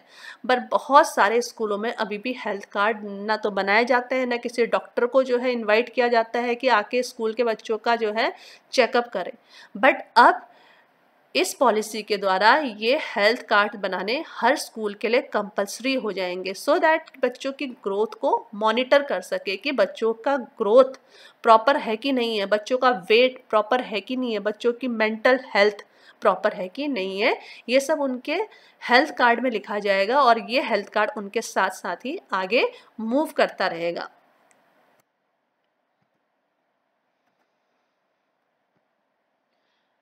To prepare an initial cadre of high quality ECCE teacher, next जो एम है NCCA का वो ये है कि चलो आपने फाउंडेशन स्कूल्स तो सेटअप कर दिए, अब उसके अंदर टीचर्स कहाँ से लाओगे? तो उन टीचर्स की फैकल्टी, एक ट्रेन फैकल्टी को रेडी करना, ये सबसे मेन और सबसे इम्पॉर्टेंट काम रहेगा। करंट आंगनवाड़ी वर्कर्स या जो टीचर्स हैं, they will be trained by framework develop by NCERT। अब NCERT एक ऐसा फ्रेमवर्क डेवलप करेगा जिसमें वो सिलेबस बनाएगा, किसके लिए? टीचर्स के लिए, कि उनको क्या पढ़ना चाहिए जिससे कि वो आंगनवाड़ी के बच्चों को क्या पढ़ा सके, उसका सॉल्यूशन हो सके। तो जब एक बार NCERT ये करिकुलम बना लेता है तो उसके बाद से आंगनवाड़ी टीचर्स का ट्रेनिंग स्टार्ट हो जाएगी। ऐसा नहीं है कि अगर न्यू नेशनल एजुकेशन पॉलिसी 2020 आ जाएगी तो सारे आंगनवाड़ी ख़त्म हो जाएंगे या उनके टीचर्स की जॉब चली जाएगी, नहीं, बल्कि उनको अपग्रेड किया जाएगा, उनको क्वालिफाई किया जाएगा। Teachers with qualification of 10+2 and above shall be given a 6-month certificate program in ECCE। अगर आंगनवाड़ी के जो टीचर्स हैं या फिर क्लास 1 और 2 के जो टीचर्स हैं उनके पास 10+2 की क्वालिफिकेशन है, जो मोस्ट कॉमनली आजकल हर किसी के पास होती है, तो उनको 6 महीने का कोर्स कराया जाएगा और उसके बाद उनको सर्टिफिकेट प्रोग्राम दिया जाएगा। उसके बाद वो क्वालिफाइड ECCE टीचर्स हो जाएंगे। बट अगर कोई ऐसा आंगनवाड़ी वर्कर है जिसका क्वालिफिकेशन 10+2 नहीं है, सपोज वो केवल हाई स्कूल पास है, 10 पास है, तो उसको 1 साल का डिप्लोमा कोर्स करना पड़ेगा और उस कोर्स को सक्सेसफुली कंप्लीट करने के बाद वो भी एक क्वालिफाइड ECCE टीचर बन जाएगा, एम्प्लॉय हो जाएगा। These programs may be run through digital, distance mode, DTH channel as well as smartphones। अब जो है आंगनवाड़ी वर्कर काम तो कर रहा है, काम भी कर रहा है और पढ़ाई भी कर रहा है। ये दोनों चीज़ें कैसे होंगी? आप लोग जब इग्नू से पढ़ते हैं तो देखते हैं आप लोग की जो क्लासेस होती हैं वो संडे को होती हैं, सैटरडे को होती हैं या फिर ऑफ डेज में होती हैं। तो ऐसे ही इन टीचर्स को भी ऑफ डेज में जो है उनकी क्लासेस लगाई जाएंगी। और मीडियम कैसे रहेगा, कौन पढ़ाएगा उनको? तो ये डिजिटल माध्यम से होता है। जैसे आजकल लॉकडाउन के टाइम पे जो है आप लोग ऑनलाइन स्टडी कर रहे हैं, तो ऐसे ही इन टीचर्स के लिए भी डिजिटल मोड में इनको सिलेबस बनाया जाएगा, इनका जो है लर्निंग मटेरियल इनको सेंड किया जाएगा। दूसरा होता है डिस्टेंस मोड। डिस्टेंस मोड में क्या होता है, एक दूरदर्शन के कुछ चैनल्स होते हैं जो आपको दिन भर एजुकेशन से रिलेटेड टॉपिक्स को टेलीकास्ट करते रहते हैं, तो उसके थ्रू भी इनको पढ़ाया जाएगा और स्मार्टफोन के जरिए भी इनके जो है ग्रुप बना के उनको ट्रेन जो फैकल्टीज होती हैं उनके द्वारा इनको पढ़ाया जाएगा। Training of Anganwadi workers, teachers will be mentored by the Cluster Resource Center of the School Education Department, which shall hold at least one monthly contact class for continuous assessment। अब digital medium क्या होता है, digital mode में अगला बंदा पढ़ रहा है कि नहीं पढ़ रहा है, इसको कौन लुक आफ्टर करेगा? तो इसके लिए उन टीचर्स का, उन जितने भी एस्पिरेंट्स हैं, उनका कॉन्टिन्यूस असेसमेंट, उनका टेस्ट होना बहुत ज़रूरी है। तो इस सब की जिम्मेदारी दी गई है स्कूल एजुकेशन डिपार्टमेंट को, जो लोकली अवेलेबल होती है। सपोज अगर आप उत्तर प्रदेश में रहते हैं तो जिस ज़िले में आप ये डिप्लोमा कोर्स कर रहे हैं तो उस ज़िले का जो स्कूल डिपार्टमेंट है वो आपका मंथली असेसमेंट लेगा। तो इससे जो है सारे जो कैंडिडेट्स हैं उनके ऊपर एक प्रेशर बना रहेगा कि उनको पढ़ते ही रहना है। Responsibility for ECCE curriculum and pedagogy will lie with MHRD। अब ECCE के लिए क्या करिकुलम होना चाहिए? करिकुलम का मतलब वो होता है कि बच्चों को क्या पढ़ाया जाना चाहिए, पाठ्यचर्या। पेडागोजी का मतलब होता है कौन कौन से लेसन, कौन कौन से सब्जेक्ट और क्या पढ़ाया जाना है। ये सब की रिस्पॉन्सिबिलिटी भी फिर से एजुकेशन मिनिस्ट्री के पास ही है, जिसको हम MHRD बोलते हैं, बट अब इसका नाम चेंज हो गया है और इसको हम एजुकेशन मिनिस्ट्री बोलेंगे। To ensure its continuity from pre primary school through primary school. Pre primary school में क्या पढ़ा, वही चीज़ उसको रिलेट होनी चाहिए प्राइमरी स्कूल में, क्योंकि जब हम स्कूल चेंज करते हैं तो आपने देखा होगा बुक्स चेंज हो जाती हैं, बट अब ऐसा नहीं होगा, क्योंकि जब एक करिकुलम फ्रेमवर्क हो जाता है तो कोई भी पब्लिशर की बुक हो पर टॉपिक वो वही रखता है। अभी जो गवर्नमेंट ने बोला था 3-4 सालों से इतना प्रयास कर रही है कि सारे स्कूल जो हैं CBSE और NCERT की बुक्स को ही फॉलो करें, वो इसलिए बोल रही है क्योंकि उससे क्या होगा, सारे स्कूलों में एक ही प्रकार का करिकुलम लागू हो जाएगा और बच्चे किसी भी स्कूल में मूव करें उनको कोई दिक्कत नहीं होगी न्यू स्कूल में अपने आप को कोप अप करने में। बट प्राइवेट स्कूल वाले इसको फॉलो इसलिए नहीं कर रहे हैं क्योंकि उनको एक बहुत मोटी अमाउंट मिलती है प्राइवेट पब्लिशर से, तो ये अमाउंट उनको मिलनी बंद हो जाएगी। तो यहाँ पर भी अपना लालच, अपने लालच के कारण ये जो स्कूल वाले हैं ये अपना जो है बच्चों का फ्यूचर ही डिस्ट्रॉय करने में लगे हुए हैं। अदरवाइज जो NCERT की बुक्स हैं वो बहुत ही बढ़िया टेक्निकली और साइंटिफिकली इतनी वेल डिज़ाइंड है कि उसको पढ़ने के बाद आपको किसी और जो है रिसोर्स, किसी और ट्यूशन्स की ज़रूरत ही नहीं पड़ती है, अगर उसको पढ़ाने वाला टीचर वेल क्वालिफाइड हो और अच्छे से वो उनको पढ़ा पाए तो इसीलिए एक सिमिलर यानी एक समान करिकुलम की ज़रूरत है, सो दैट बच्चा अगर प्री प्राइमरी स्कूल से प्राइमरी स्कूल में शिफ्ट करता है तो उसको बुक्स में जो ट्रांजिशन होता है, जो चेंज होता है, उसको फील होने ही ना पाए।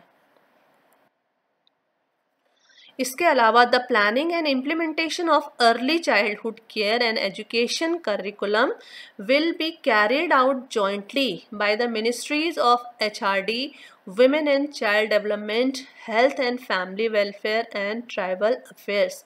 तो अब प्री प्राइमरी स्कूल का जो करिकुलम है उसको डिसाइड करने के लिए इन सारे डिपार्टमेंट की जॉइंट रिस्पॉन्सिबिलिटी हो जाती है। एक तो HRD हो गया और दूसरा आपका वुमेन एंड चाइल्ड डेवलपमेंट हो गया, क्योंकि उनको भी पता होता है चाइल्ड की क्या बेसिक नीड्स हैं। इसके अलावा हेल्थ एंड फैमिली वेलफेयर जो मिनिस्ट्री है, क्योंकि उनको ज़्यादा बहुत बच्चों के जो होता है शारीरिक और मानसिक विकास के बारे में पता होता है।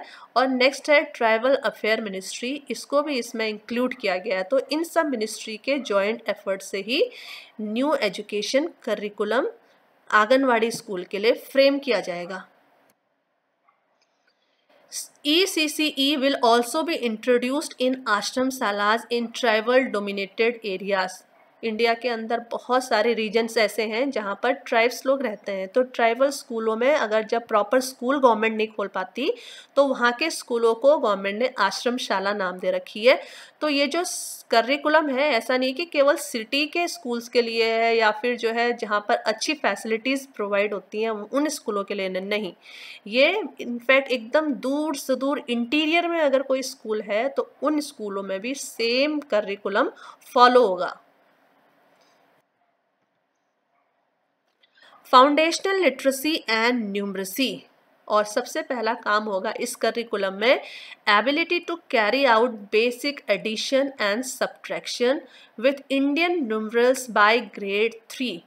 क्लास 3 तक क्या होगा, बच्चे का ये वो एम होना चाहिए कि उसको सिंपल बेसिक जो एडिशन और सब्ट्रैक्शन होते हैं वो भी इंडियन न्यूमरल्स में, मिलियन बिलियंस में नहीं बल्कि लाख करोड़ इनमें, इनको हम इंडियन न्यूमरल्स बोलते हैं, इनमें सब्ट्रैक्शन और एडिशन करना उसको अच्छे से आ जाए। Most basic learning requirement, for example जो सबसे इम्पॉर्टेंट चीज़ें होती हैं बच्चों को सीखने के लिए वो होती हैं reading, writing and arithmetic at the foundation level is first achieved by 2025। तो NEP का ये एम है कि 2025 तक हर बच्चा जो ग्रेड 3 में पहुंचता है उससे पहले उसको रीडिंग अच्छे से आ जाए, उसको राइटिंग अच्छे से आ जाए, उसका अरिथमेटिक जो स्किल है वो डेवलप हो जाए। A national mission on foundational literacy and numeracy will be set up by the ministry of MHRD on priority. और इन सब को इम्प्लीमेंट करने के लिए प्रायोरिटी बेसिस पे MHRD क्या कर रही है, एक नेशनल मिशन ओपन करने जा रही है जो केवल न्यूमरेसी और लिटरेसी के ऊपर काम करेगी, सो दैट कि बच्चों को क्या और कितना पढ़ाया जाए कि 2025 तक ये सारे ऑब्जेक्टिव्स अचीव हो जाएं। Teacher vacancies will be filled at the earliest in a time bound manner. India के अंदर बहुत सारे गवर्नमेंट स्कूल्स ऐसे हैं जहाँ पर टीचरों की बहुत ज़्यादा कमी है। कहीं पर तो जो है 25 टीचर स्टूडेंट्स में 5-5 टीचर्स हैं और कहीं पर 100 स्टूडेंट्स में केवल एक ही टीचर है। तो इस कमी को गैप को भी जो है बहुत जल्दी भरने की कोशिश की जाएगी। हर स्कूल में जितना मिनिमम रिक्वायरमेंट होता है टीचर्स का उसको फिल करने की कोशिश की जाएगी। And special attention will be given to employing local teachers or those with familiar with local languages. अब ये बहुत अच्छी बात हो गई है। पहले क्या होता था, इस स्टेट में हमको जो है जॉब मिलती है तो फिर उसके बाद टीचर का ट्रांसफ़र किसी और स्टेट में कर दिया जाता था जिस स्टेट की लैंग्वेज से वो अच्छे से वेल वर्स नहीं होती है। तो अब जो है जितने भी टीचर्स अपॉइंटमेंट होंगे वो लोकल टीचर्स को लोकल प्लेस में ही उनको जो है अपॉइंटमेंट मिलेगा। इसके अलावा अपॉइंटमेंट के लिए ये भी प्रायोरिटी देखी जाएगी कि उस टीचर को लोकल लैंग्वेज आती हो। सपोज आपकी हिंदी हमारी नेशनल लैंग्वेज हो गई, इंग्लिश भी जो है हमारी ऑफिशियल लैंग्वेज है, तो इन दोनों लैंग्वेज के अलावा अगर आप जो है मराठी बोल पाते हैं, अगर आप गुजराती बोल पाते हैं, पंजाबी बोल पाते हैं, उड़िया बोल पाते हैं, तो ये आपके लिए एक एडिशनल बेनिफिट हो जाएगा। तो आप जो है ये एक अच्छा वैसे इनिशिएट है गवर्नमेंट के द्वारा। इससे क्या होगा, हम कम से कम अपनी जो मदर टंग है उसको जो है बोलने में हेजिटेट तो नहीं करेंगे, उसको सीखने के लिए हम लोग मोटिवेट होंगे। A pupil teacher ratio PTR of under 30:1 will be ensured at the level of each school। ऐसा हो जाए तो इससे अच्छी बात कुछ नहीं हो सकती, क्योंकि इवन अच्छे वेल रेप्यूटेड स्कूल में भी हम लोगों ने देखा है 60:1 का जो है रेशियो होता है। 60 बच्चों के ऊपर एक टीचर होती है जो इतनी बड़ी क्लास को सिंगली हैंडल कर रही होती है। तो अगर 30 का रेशियो एक टीचर को पढ़ाने के लिए मिल जाता है तो ये एक परफेक्ट आइडियल एग्जाम्पल है एक क्लास का। और टीचर जो होता है हर बच्चे के ऊपर इंडिविजुअल अटेंशन दे पाएगा और जो वो पढ़ाना चाह रहा है वो उसको टाइम बाउंड पीरियड के अंदर अच्छे से डिलीवर कर पाएगा, अगर ये हो पाए तो।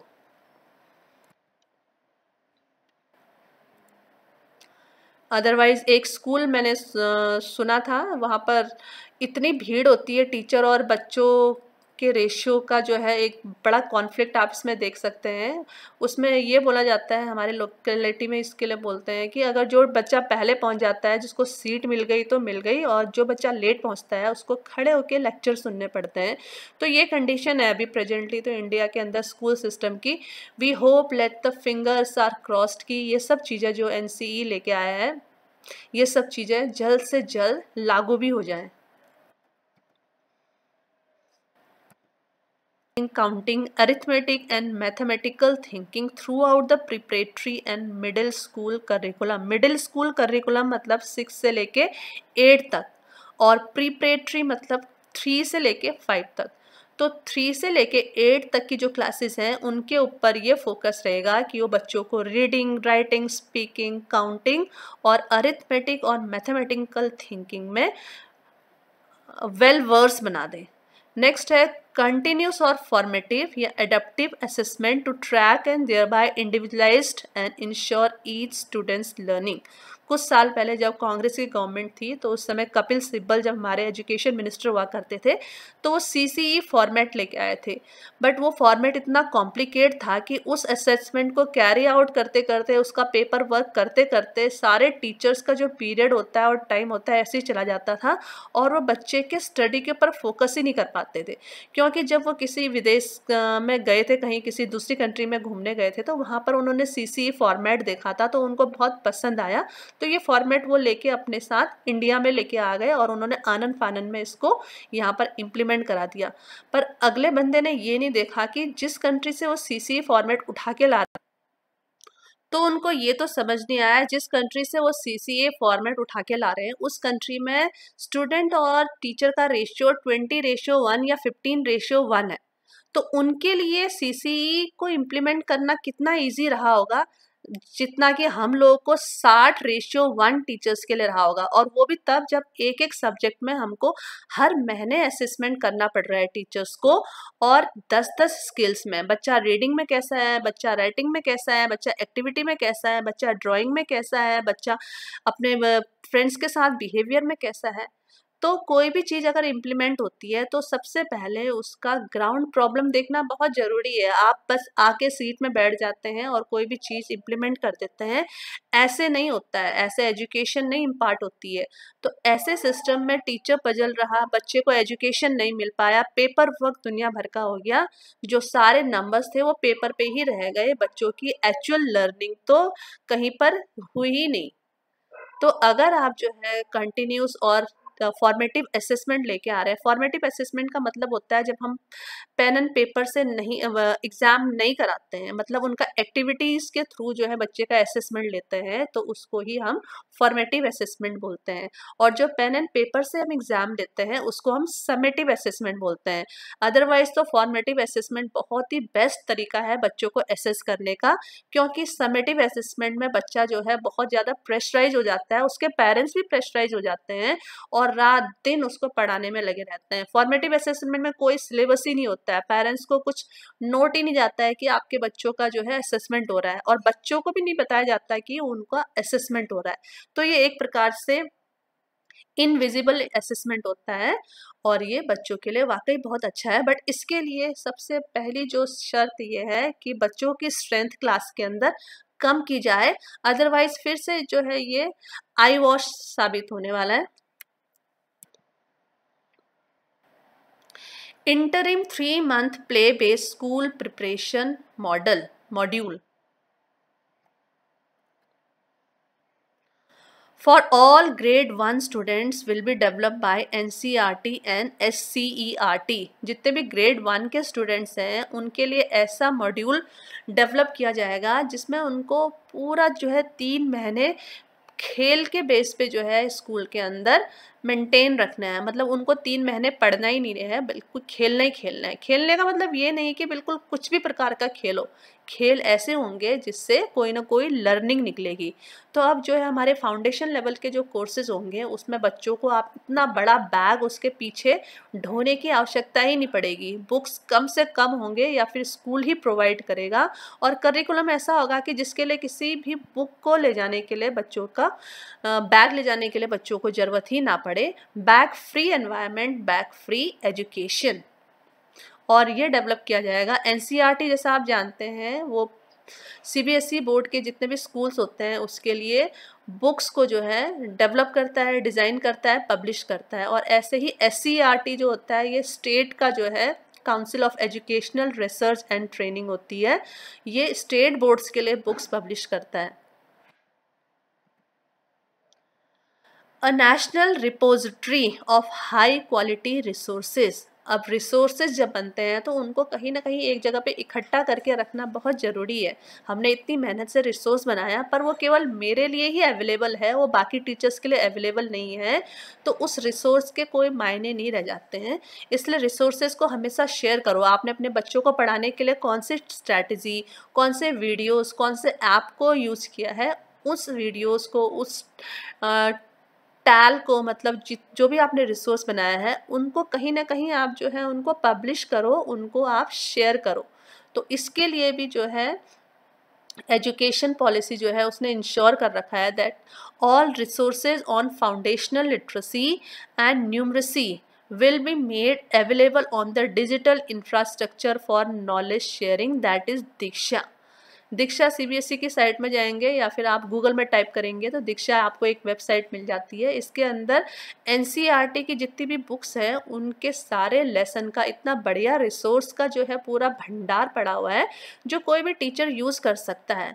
टीचरों के पास तो इतने सारे जो हैं अपॉर्चुनिटीज़ हैं, इतने सारे चांसेस हैं, उसके सबके बावजूद भी अगर कोई टीचर अपने जो है बिल्कुल वन साइड टीचिंग कर रहा है और लेक्चर मोड से जो है बच्चों को बोर कर रहा है, तो उससे बड़ा टॉर्चर और उससे बड़ा जो है बोझ टीचर जो है स्कूल के ऊपर नहीं हो सकता।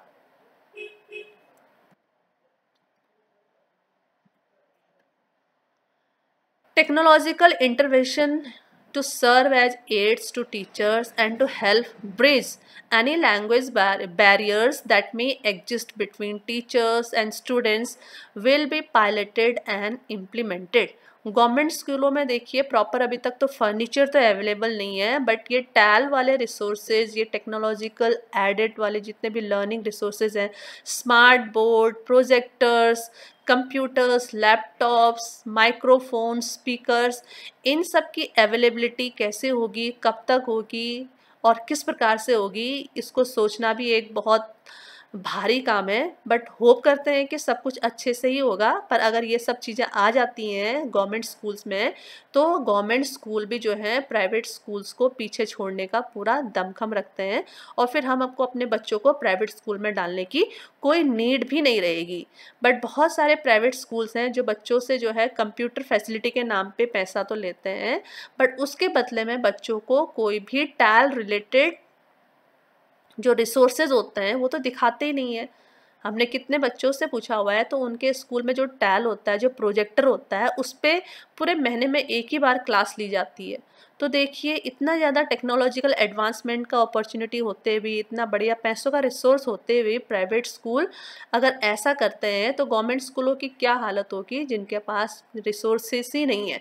अगर आपके पास वाकई रिसोर्सेज अवेलेबल हैं, तो उनको दिखा के बच्चों को अच्छे से अच्छे एजुकेशन को इम्पार्ट करना टीचर और स्कूल मैनेजमेंट की जिम्मेदारी बनती है।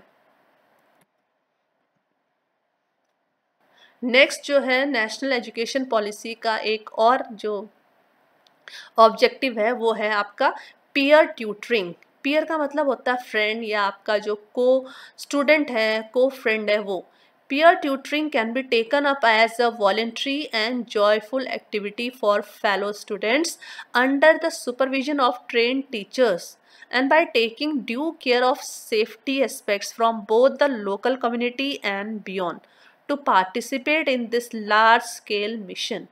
एनईपी का जो इतना बड़ा जो मिशन चल रहा है एजुकेशन पॉलिसी में पूरा ट्रांसफॉर्मेशन करने का, इसमें पीयर ट्यूटरिंग का भी एक एस्पेक्ट रखा हुआ है। ये एक ऐसा एस्पेक्ट है, सपोज कीजिए कोई बच्चा 5th क्लास में पढ़ रहा है और एक बच्चा 5th क्लास का जो है बहुत ज़्यादा हाईली टैलेंटेड है, तो उसी बच्चे को रिस्पॉन्सिबिलिटी दे दी जाती है कि उस क्लास के एक वीक बच्चे को थोड़ा सा जो है टाइम दे के समझाए।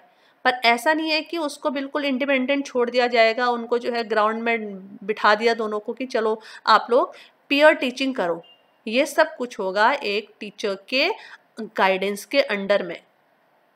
तो ये भी एक अच्छा जो है इनका स्ट्रैटेजी है।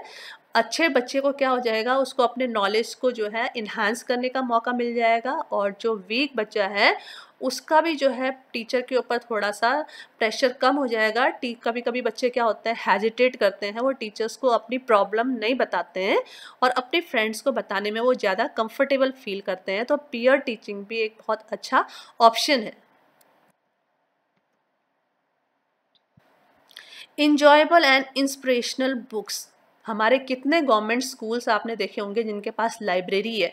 मैं तो बिल्डिंग की बात करती हूँ, बिल्डिंग हो जाए उनके पास वही बहुत बड़ी बात होती है, लाइब्रेरी तो बहुत दूर की बात है। पर जब लाइब्रेरी होती है तो जितना लाइब्रेरी आपके रीडिंग एबिलिटी को, आपके थिंकिंग एबिलिटी को डेवलप करती है, वो कोई और चीज़ कर ही नहीं सकती। हम लोग जब छोटे थे तो बहुत कॉमिक्स पढ़ा करते थे, तो कॉमिक्स पढ़ने के लिए भी जो है उस समय इतनी ज़्यादा वैरायटी नहीं आती थी और बहुत ज़्यादा पैसा भी नहीं हुआ करता था कि हम सारी कॉमिक्स को खरीद ले। तो हम क्या करते थे, कॉमिक्स को शेयर करते थे। जो कॉमिक्स मैं खरीद के लाई हूँ वो मैंने अपने फ्रेंड को दे दिया, और जो कॉमिक मेरे फ्रेंड के पास है मैंने वो कॉमिक्स लेके पढ़ ली। और ऐसे पढ़ते पढ़ते हमारी रीडिंग की जो स्पीड है वो इतनी ज़्यादा हो गई कि अभी आप लोग जो है मुझसे अगर न्यूज़पेपर पढ़ा लेंगे तो करीबन 1 घंटे में मैं न्यूज़पेपर के जो है जो सबसे बेकार वाले एडवर्टीजमेंट्स होते हैं उनको भी पढ़ के मैं 1 घंटे में ख़त्म कर सकती हूँ। तो ये आपकी रीडिंग स्पीड को बढ़ाता है। इसके अलावा किसी भी मैटर के ऊपर छोटी मोटी जो है पोइट्री वो मैं लिख सकती हूँ, छोटा मोटा पैराग्राफ, और जो है अच्छे वर्ड्स में इनफैक्ट लिखने की एबिलिटी मैं रखती हूँ।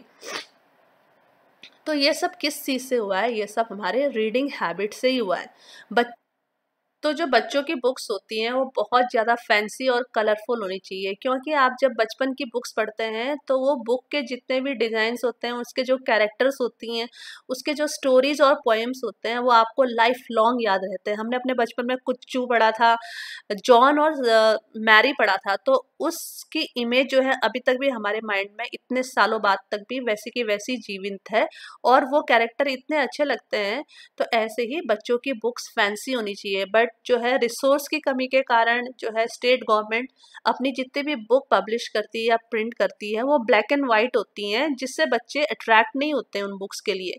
तो न्यू एजुकेशन पॉलिसी में ये भी एम रहेगा कि हर स्कूल में उनको कलरफुल और जो है इंटरेस्टिंग बुक्स के पेपर्स के अलावा उनके लिए एक लाइब्रेरी भी सेटअप की जाए, जिसमें जो है सारे लोकल और इंडियन लैंग्वेजेस में उनको स्टोरी बुक्स अवेलेबल हो। और इसके अलावा लोकल पब्लिक लाइब्रेरीज भी सेटअप की जाए। लोकल का मतलब होता है जो कम्युनिटी के अंदर यानी सोसाइटी के अंदर जो लाइब्रेरीज होती हैं उनको भी अवेलेबल कराया जाए।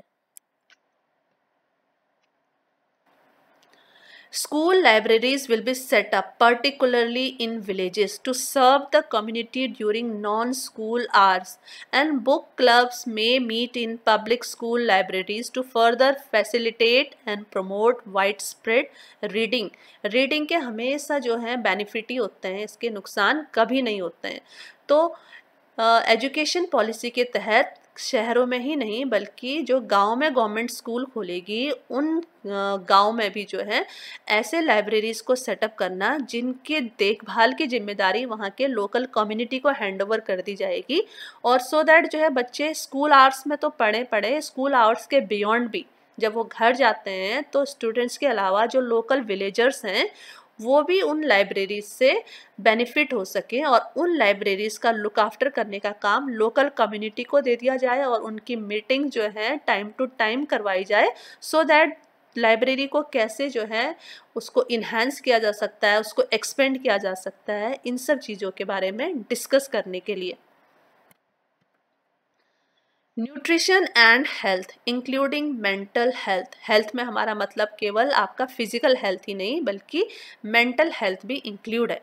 To provide a simple but energising breakfast in addition to mid day meals. देखिए मिड डे मील तो है, लंच तो है, बट गवर्नमेंट डिसाइड कर रही है कि बच्चों को एक एनर्जाइजिंग ब्रेकफास्ट भी कराया जाए, क्योंकि बहुत बार क्या होता है स्कूल के टाइम्स इतने ऑड हो गए हैं आजकल। 7 बजे का सपोज स्कूल है, 8 बजे का स्कूल है, तो स्कूल और घर के बीच में इतना डिस्टेंस होता है कि बच्चा अगर 6 बजे उठता है तो 6 बजे उठ के जो है 7 बजे तक जो है वो वॉशरूम वगैरह से निपट के तैयार होके जो है 7 बजे तो उसको बस में या वैन में बैठना ही पड़ता है, क्योंकि जो बस या वैन के भी जो चक्कर रहते हैं वो 1 घंटे तक जो है अलग अलग कॉलोनी से बच्चों को पिकअप करता है, तब जाके 1 घंटे में 8 बजे तक वो स्कूल में बच्चों को ड्रॉप कर पाता है। तो ऐसे भागा दौड़ी वाले समय में बच्चों के पास आराम से बैठ के ब्रेकफास्ट करने का बिल्कुल टाइम ही नहीं है, तो इसलिए बच्चा ब्रेकफास्ट स्किप करता है, और स्कूल में असेंबली के टाइम पे क्या हो जाता है वो बहुत सारे बच्चे बेहोश होकर गिर जाते हैं क्योंकि वो प्रॉपर ब्रेकफास्ट कर ही नहीं रहे।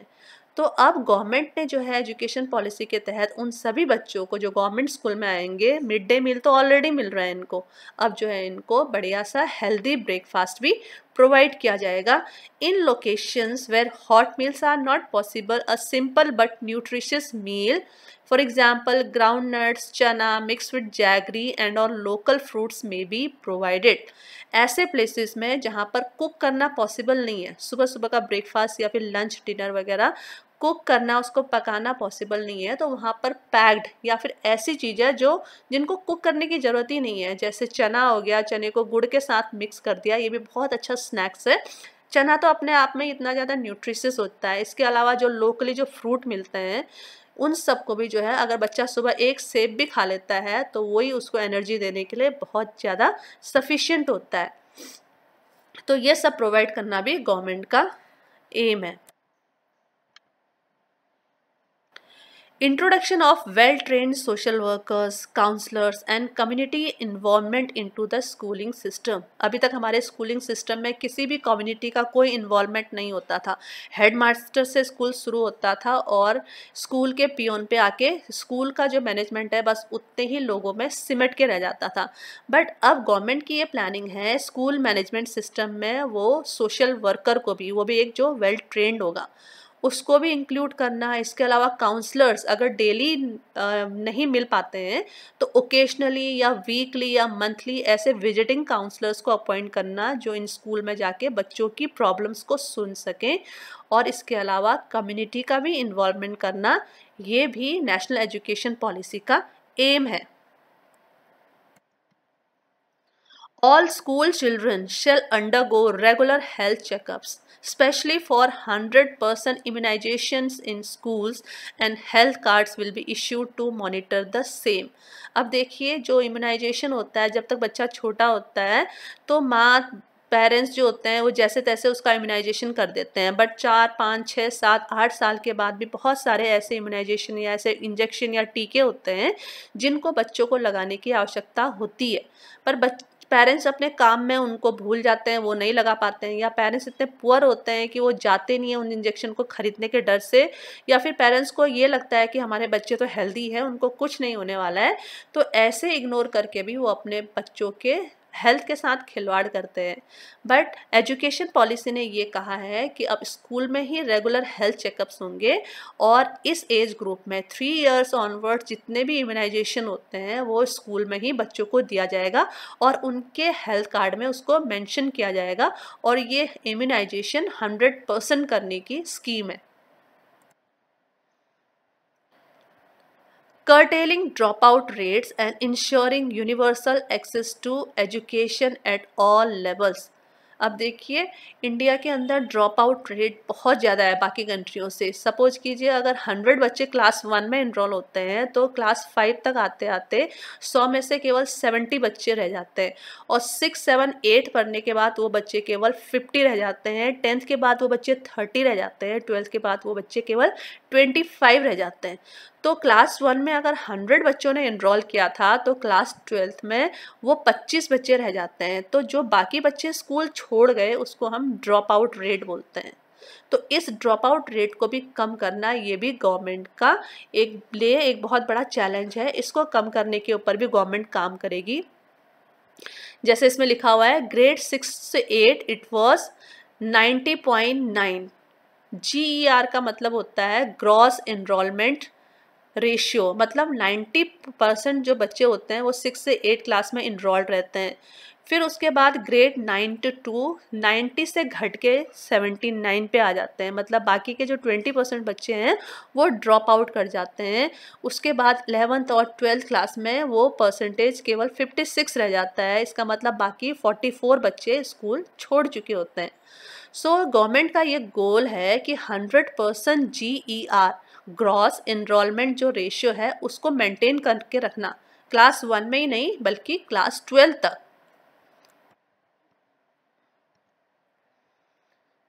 The first is to provide effective and sufficient infrastructure so that all students have access to safe and engaging school education। अब बच्चे को स्कूल के अंदर इंगेज करने के लिए फैमिली बैकग्राउंड के अंदर स्कूल का जो एनवायरनमेंट होता है वो भी बहुत ज़्यादा मैटर करता है। बहुत बार हम लोग सोचते हैं कि फैमिली गरीब है इसलिए जो है स्कूल बच्चा पढ़ नहीं पा रहा है, पर गवर्नमेंट स्कूल में तो कोई फीस ही नहीं लगती तो उसमें गरीबी की तो कोई बात ही नहीं आती है। पर स्कूल के कुछ सर्कमस्टांसेस या एनवायरनमेंट ऐसा होता है जिसमें ड्रॉप आउट रेट ज़्यादा होता है। सपोज कीजिए जब बच्चे छोटे होते हैं तो उनको वॉशरूम की सपोज मानो ज़रूरत नहीं है, वो कहीं पर भी जो है वॉशरूम के लिए अपीयर हो जाएंगे। बट जैसे जैसे बच्चे बड़े होते हैं तो उनकी प्राइवेसी उनका बहुत बड़ा कंसर्न होता है। तो गर्ल्स को सेपरेट वॉशरूम की ज़रूरत होती है, गर्ल्स को जो है बहुत ज़्यादा जो है कुछ फेस होता है उसके दौरान बहुत ज़्यादा हाइजीन की ज़रूरत होती है। तो वो सारी फैसिलिटी अगर स्कूल उनको प्रोवाइड नहीं करेगा तो वो हेजिटेशन के कारण या फिर शर्म के कारण या फिर अपने पर्सनल नीड के कारण स्कूल को वैसे ही छोड़ देंगे। तो ऐसे ही हर स्कूल में गर्ल्स और बॉयज़ के लिए सेपरेट वॉशरूम, और वॉशरूम भी बहुत हाइजीनिक, अदरवाइज़ गवर्नमेंट स्कूल के जो वॉशरूम होते हैं वो बहुत गंदे होते हैं, उनमें जो है प्रॉपर स्वीपर की जो है व्यवस्था नहीं होती है, तो इसलिए बच्चे खुद तो जो है उनको साफ़ नहीं कर पाते हैं और ना ही कोई और जो है उनको साफ़ करने के लिए इनिशिएट करता है। तो इसीलिए अच्छी क्लासरूम के साथ साथ वेल हाइजीन वॉशरूम भी हो, पीने के पानी की भी व्यवस्था हो। पानी पीने को नहीं मिल रहा है, गर्मी में क्लासरूम में बैठ रहे हैं तो फ़ैन की व्यवस्था नहीं